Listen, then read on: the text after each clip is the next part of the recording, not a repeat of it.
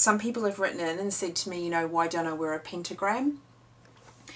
And I used to for many, many years. I've still got it somewhere. I wouldn't have thrown it away, of course, but it's somewhere. I don't even know where it is at the moment. But why don't I wear a pentagram? I think pentagrams are really great. There's nothing wrong with wearing power objects. Of course there's not. And there's a nice recognition that you can get from other witches or pagans when you wear things like ritual paraphernalia in day-to-day reality. There's also stuff that you can keep special and just use in ritual that are power objects, and you can adorn yourself with them.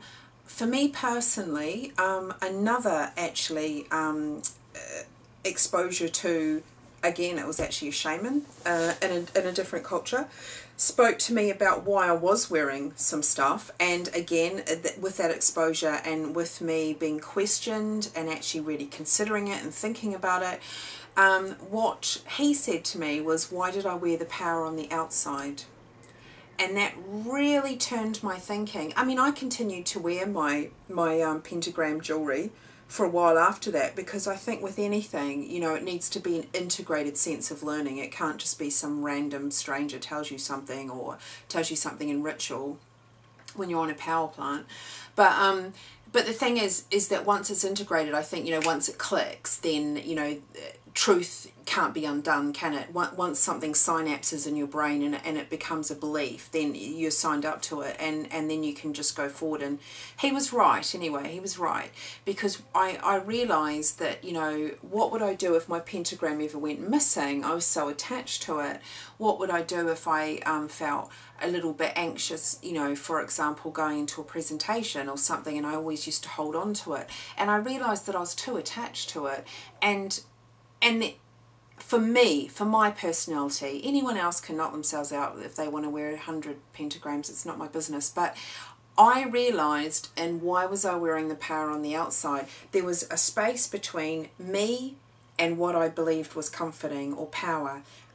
Power at its most potent, I believe, there's no space. There's no space between me and the object. That's when it starts internalizing. So you absorb, so no one can take something away from you. It's absorbed within you. So no one can take your ritual jewelry and then you feel a bit naked, or you feel that your objects that you were latching onto for safety or for energy or for protection and things like that kind of stuff, that you're at a loss without them. And if you start realizing that, and you can absorb that, you realize that all power is within you, even if it's latent, you know, obviously, then there's something kind of confident about that, about not having something. And I think you can't go there before you're ready. You can't. I couldn't. I mean, I continued to wear my ritual jewelry, as I said, for quite a while. But what it did is it stirred the awareness in me that, you know, what was going on for me, that I saw things as separate outside myself that brought comfort. And I mean, this isn't shelter, food, Maslow's hierarchy.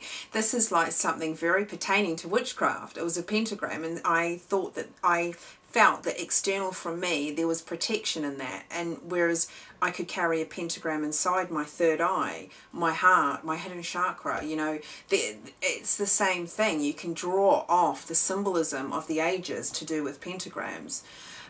So that's it really. So wearing power on the inside, and I think we do it a lot with all sorts of things, because we're human, and we often see things outside ourselves as comforting and luxury and things like that. And I just think when it's something as, for me anyway, when it's something as important as drawing strength from power and protection, those are the things that I really wanted to look at.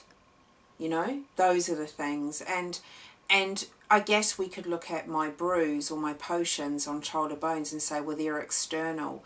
And yes, they are. And I've thought about this, and I thought that's why I'm really big on them being activated with your own sacred elixir from your body, because it has a binding effect, and I believe the power moves through you not external to. It gets a bit tricky, and it's certainly hard in short video clips to explain all of what I mean, but I'm going to leave it for there today. So I hope that was helpful for the frequently asked questions. Thanks.